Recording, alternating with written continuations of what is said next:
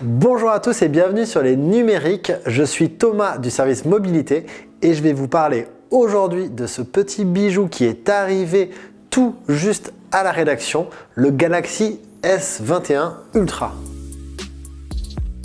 Alors il y a beaucoup de choses à dire sur ce Galaxy S20 Ultra puisqu'il intègre un capteur de 108 mégapixels, est capable de faire un zoom 100x en photo, il a un écran très grand 120 Hz qui fait partie des meilleures dalles du marché, mais ce qui va nous intéresser ici aujourd'hui, c'est la puce qui le fait tourner.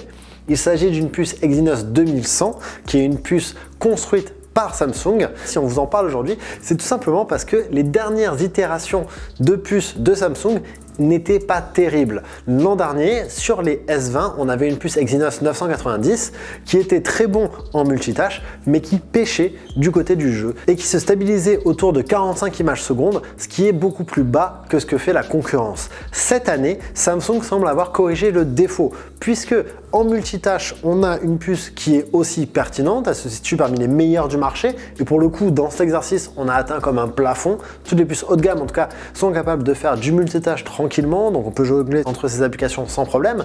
Et côté jeu, le constructeur coréen semble avoir rattrapé son retard. On a donc des résultats qui sont beaucoup plus encourageants sur ce S21 Ultra que sur le S20 Ultra de l'an dernier.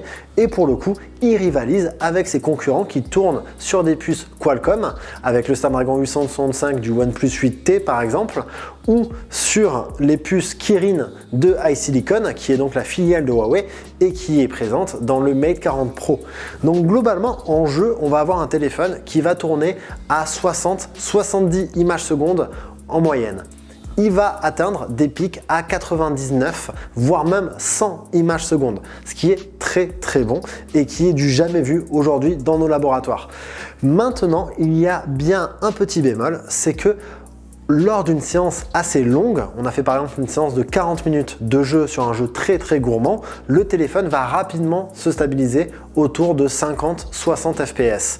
C'est donc toujours mieux que ce que faisait l'an dernier le Galaxy S20 Ultra, mais c'est un peu moins bon qu'un Mate 40 Pro qui lui tourne autour de 70 voire 80 images secondes en moyenne dans son mode performance. Donc au final, ces résultats sont très encourageants pour Samsung qui semble enfin avoir rattrapé son retard sur Qualcomm.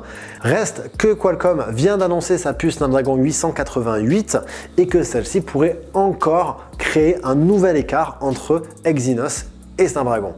Mais l'important aujourd'hui est qu'avec cette puce Exynos 2100, Samsung propose enfin des hauts de gamme avec des performances polyvalentes, aussi bons en multitâche qu'en jeu. Et ça, déjà, c'est beaucoup.